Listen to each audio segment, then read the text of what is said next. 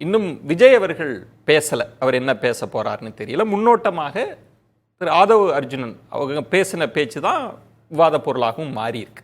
இந்த நிகழ்வு இதில் ஒருத்தர் பங்கேற்கிறார், இன்னொருத்தர் அரசியல் சதி இருக்குன்னு சொல்லி தவிர்த்திருக்கிறார். இதில் யாருடைய வியூகம் வென்று இருப்பதாக பார்க்குறீங்க? ஷானவாஸ் சொல்றது, நாங்கள் முன்பு என்ன யூகித்தோமோ அதுதான் இங்கே நடந்திருக்கு, எங்கள் நிலைப்பாடு சரின்னு முடிவெடுக்கிறாங்க. ஃபஸ்ட்டு விஷயம் அருமையண்ணன் ஆதவ அர்ஜுன் அவர்கள் ஒரு சமூக நீதி குரலாக திமுக மன்னராட்சியை அதன் கோர முகத்தை தமிழக மக்களுக்கு இன்னொரு முறை காமித்து இருக்கிறார். தமிழகத்திற்கான ஜனநாயக குரலாக ஒலித்து இருக்கிறார். தமிழகத்தோட எப்படி 90 லட்சம் மக்கள் இருக்காங்க, அவங்களுக்கு என்ன கேபினெட்டில் பிரதிநிதித்துவம் இருக்குது, என்ன முக்கியமான போர்ட்டஃபோலியோ பிடபிள்யூ ஹைவேஸு இந்த துறையெல்லாம் அவங்களுக்கு கொடுத்தா என்ன வேணான்றுவாங்களா அப்படிங்கிற ஒரு நியாயமான சமூக நீதி குரலாக ஒலித்திருக்கிறார். இது திமுக மன்னராட்சியை வீழ்த்தி தமிழகத்தில் ஒரு ஜனநாயக ஆட்சி அமைவதற்கான ஒரு பிள்ளையார் சொல்லியாத்தான் நாங்கள் அதை பார்க்குறோம். செகண்ட் திங் அண்ணா அவர்கள் பேசினாங்க, திமுக அதை பண்ணுச்சு இதை பண்ணுச்சுன்னு. திமுக காரங்க எப்போ அரவணைச்சு போவாங்கன்னா, அவங்க கூட்டணியில் இருக்கிறப்போ அருமை அண்ணனுக்கு தெரியும், என்னை விட அரசியல் அனுபவம் உள்ளவர். 2004 மங்களூர் அந்த கான்ஸ்டிடுவன்சியை ரிசைன் பண்ணிவிட்டு 2003 வெளியே வர்றப்போ, 2004 சிதம்பரம் எம்பி கான்ஸ்டிடுவன்சி நிற்கிறப்போ கலைஞர் அவர்கள் என்ன சொன்னார்? ஜாதி கட்சின்னு சொன்னார். அண்ணனோட அறிக்கை 2004 பிப்ரவரி 7 வந்திருக்கு. எங்களை ஜாதி கட்சின்னு சொல்கிறவங்க பாமக கூட்டணியில் இருக்கனால எங்களை ஜாதி கட்சிங்கிறீங்க அப்படின்னு சொல்லி அறிக்கை இருக்கு. இதே இன்னைக்கு உங்களை கூட்டணியில் வச்சுக்கிட்டு அவங்கள திட்டுறாங்க. உண்மையிலே தமிழகத்தில் ஆகப்பெரிய ஜாதி கட்சி திமுக தான்.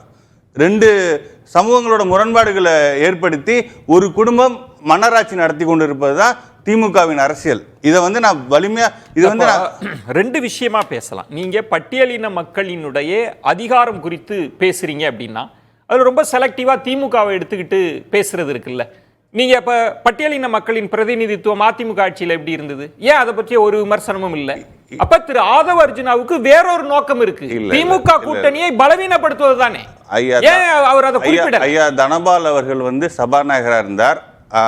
அந்த அளவுக்கு திமுகவில் ராசா யாரா இருந்தார்? இல்ல, நான் இதுதான் சொல்றேன், அண்ணன் அவர்கள் வார்த்தையிலே சொல்றேன். அண்ணன் அருமையண்ணன் ஆதவ அர்ஜுன் சொன்ன மாதிரியே அகிலேஷ் யாதவ் ஒரு பொது தொகுதியான ஃபைசலாபாத், எந்த ஃபைசலாபாத், அயோத்தி இருக்கிற மதவாதத்தின் கருவூலத்திலே போய் அவதேஷ் பிரசாத்ங்கிற ஒரு ஷெட்யூல் காஸ்ட் மெம்பரை போட்டாரு. அண்ணன் ராஜா அவர்கள் பெரம்பலூர்ல எதுக்கு நீலகிரி போனார்? அதுக்கு பதில் இருக்கா திமுக தலைமை கிட்ட?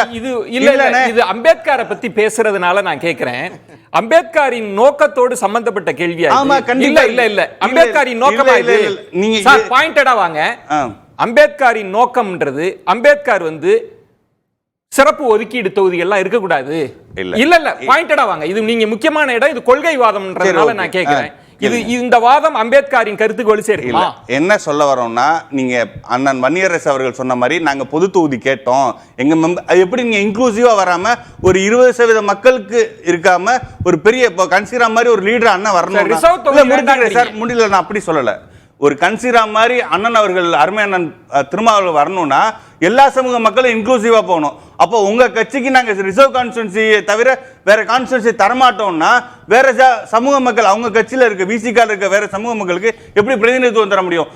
இது இன்னொரு ஜாதி அடக்குமுறைன்னு சொல்றேன். உங்கள் பார்வையில் திமுக மீதான விமர்சனங்கள் இந்த விழாவில் கூர்மைப்படுத்தப்பட்டிருக்கிறது, அப்படிதான்? உண்மையை பட்டவர்த்தமாக மன்னராட்சியை வீழ்த்த வேணுங்கிற உண்மையை சொல்லியிருக்கார்.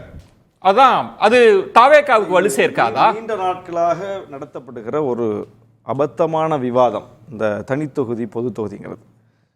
தனித்தொகுதியில் போட்டியிடுவது ஏதோ ஒரு இழிவான ஒன்று போலவும், எனவே பொது தொகுதி கொடுத்து அதில் தலித்துகளை நிறுத்தினால்தான் அது சரி என்பது போலவுமான ஒரு தோற்றத்தை ஏற்படுத்துகிறார்கள். தனித்தொகுதி என்பது அரசியலமைப்பு சட்டத்தில் கொடுக்கப்பட்டிருக்கிற ஒரு உரிமை, அது இழிவானதல்ல.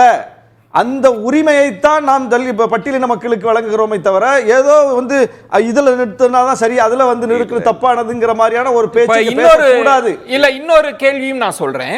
வரலாற்றின் பக்கங்களை நம்ம பின்னோக்கி பார்க்கிற போது திமுகவும் பொது தொகுதியில் நிறுத்தி இருக்கிறது. பாயிண்ட். அம்பத்தூர் வந்து பொது தொகுதி. விடுதலை சிறுத்தைகள் கட்சி திமுக நகர்லாம் இப்ப திமுக கொடுத்திருக்காங்க. சொல்றேன், விடுதலை சிறுத்தைகள் கட்சி முதல்ல சட்டமன்ற தேர்தல் திமுக அணியில போட்டிட்டான் 2001. கலைஞர் தான் முகையூர விசிக கொடுத்தார் பொது தொகுதி. 2011 சட்டமன்ற தேர்தல், இன்னைக்கு சட்டமன்ற உறுப்பினராக இருக்கிற பாலாஜி பொது தொகுதியில் அன்னைக்கு போட்டியிட்டார். சோழிங்கநல்லூர் தொகுதி, உளுந்தூர்பேட்டை தொகுதி கொடுக்கப்பட்டது. 2016 தேர்தலில் மக்கள் நல கூட்டணியில் 8 பொது தொகுதியில் போட்டிட்டோம். 25 தொகுதிகளில் மொத்தம் போட்டிட்டோம், 8 பொது தொகுதியில் போட்டிட்டோம். இப்போ 6 தொகுதி ஒதுக்கப்பட்ட போது 2 பொது தொகுதி கொடுத்து 2 சட்டமன்ற உறுப்பினர் வந்திருக்காங்க. விடுதலை சிறுத்தைகள் அவர்கள் அதிமுகல தான் பொது தொகுதி கிடைக்கல. 2006ல திமுக கூட்டணியில விசிகாவின் துணை பொதுச் செயலாளர் அண்ணன் வன்னியரசு அவர்கள், நான் வந்து காணொலியை கூட காமிக்க தயாரா இருக்கேன். நடந்தத சொல்றேன், எம்எல்ஏ இருக்கோம்னு சொல்றேன். அவர் இல்லனே கலைஞர் எதை நம்புவீங்க? இல்லனே கலைஞர் 2001ல கலைஞர் கொடுத்தத நம்புவீங்களா? இல்ல கலைஞர் 2017ல கலைஞர் கொடுத்தத வீர விக்னேஷ், இப்போ நீங்க வன்னியரசு அவர்களோட ஒரு காணொலியை வச்சு நீங்க பேசுறீங்க. இல்ல பாயிண்ட் என்னன்னா, நான் வரலாற்றின் தரவுகளை வைத்து பேசுகிறேன்.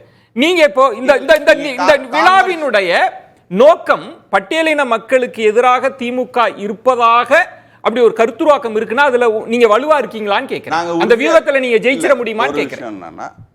அண்ணன் அவர்கள் வந்து நாங்க கேட்டோம், பொது தொகுதி கேட்கிறப்ப நீங்க பொது தொகுதிக்கெல்லாம் ஆசைப்படலாமா அப்படின்னு அவர் கேட்டாருங்கிறதா இது இஷ்யூ.